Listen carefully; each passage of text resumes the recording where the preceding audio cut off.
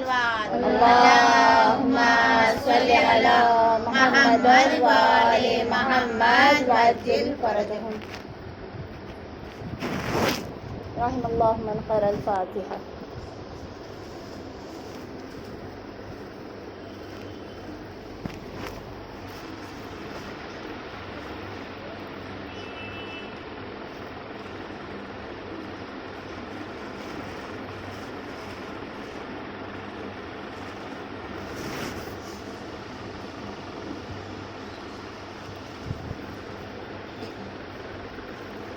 لا حول ولا قوة إلا بالله العلي العظيم. حسبنا الله ونعم الوكيل، نعم المولى ونعم النصير. الحمد لله رب العالمين، والصلاة والسلام على أشرف الأنبياء والمرسلين وخاتم النبيين، حبيبنا وحبيب إله العالمين أبي القاسم محمد. اللهم صل على محمد وآل محمد وعلى آله الطيبين الطاهرين المعصومين المظلومين الغرر الميامين، لا سيما بقية الله في الأرضين وحجته على الخلائق أجمعين، سيدنا ومولانا وصاحب نعمتنا وولي عصرنا مهدي هذه الأمة وطاووس أهل الجنة الحجة بن الحسن العسكري، روحي وأرواح العالمين لتراب مقدمه الفداء. صلوات اللهم صل على محمد وآل محمد لعنة الله على أعدائهم وغاصبي حقوقهم ومنكري فضائلهم أجمعين من يوم عداوتهم وغصبهم إلى يوم الدين. بسم الله الرحمن الرحيم. اللهم كن لوليك الحجة بن الحسن صلواتك عليه وعلى آبائه في هذه الساعة وفي كل ساعة وليا وحافظا وقائدا وناصرا ودليلا وعينا حتى تسكنه أرضك طوعا وتمتعه فيها طويلا. اللهم صل على محمد وآل محمد صلى الله عليك يا أبا عبد الله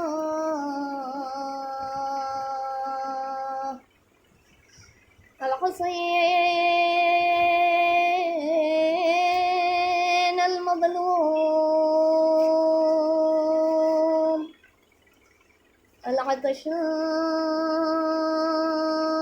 العطشان غريب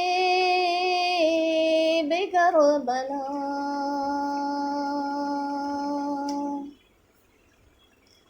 صلى الله عليك يا ابن رسول الله يا رحمة الله الواسعة، يا باب نجاة الأمة ورحمة الله وبركاته. اللهم صل على محمد وآل محمد أما بعد، قال إمام المتقين أمير المؤمنين أسد الله الغالب علي بن أبي طالب عليه الصلاة والسلام: اللهم صل على محمد وآل محمد وعجل فرجه.